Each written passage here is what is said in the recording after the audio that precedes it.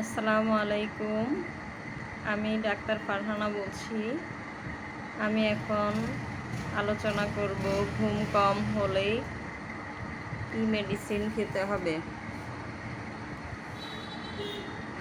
আমাদের বিভিন্ন কারণে ঘুম হয় না, যেমন রোগ, শোক ইত্যাদি কারণে ঘুম আসে না। ঘুম না হলে শরীরে শুকিয়ে যায়, অনেক অশান্তি হয়, বমির ভাব হয়, ব্রেনের এফেক্ট হয়। তাই ঘুমানোর জন্য হোমিও ওষুধই সর্বোৎকৃষ্ট।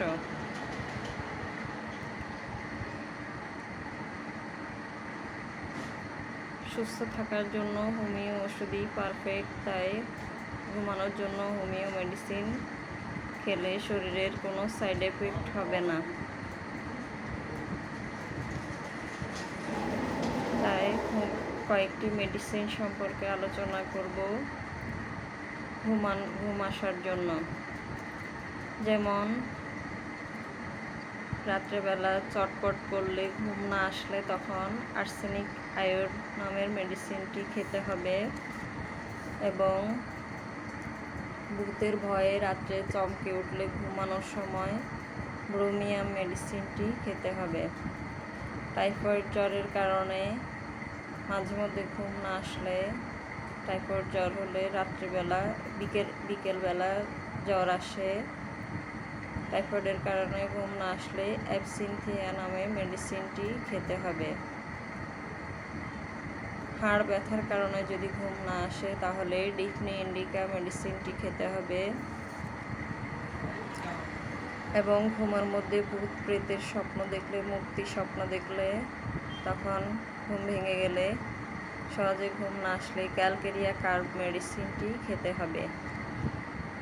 বাচ্চাদের দাঁত ওঠার সময় যদি ঘুম না আসে তখন কক্সিনিলা মেডিসিনটি খেতে হবে।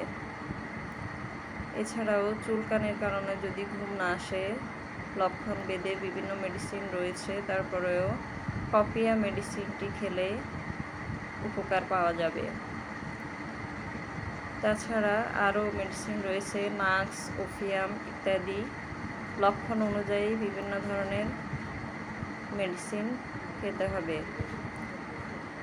যেসব মেডিসিন নিয়ে আলোচনা করেছি সেগুলি যেভাবে খাবেন: ছোটদের ক্ষেত্রে 2 ফোঁটা মেডিসিন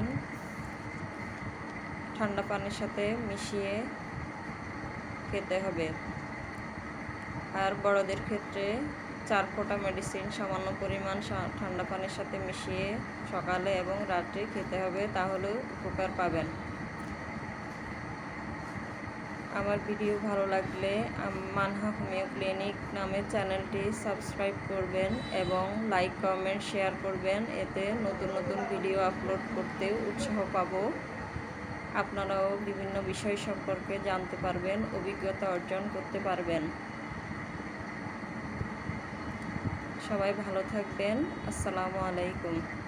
আল্লাহ হাফেজ।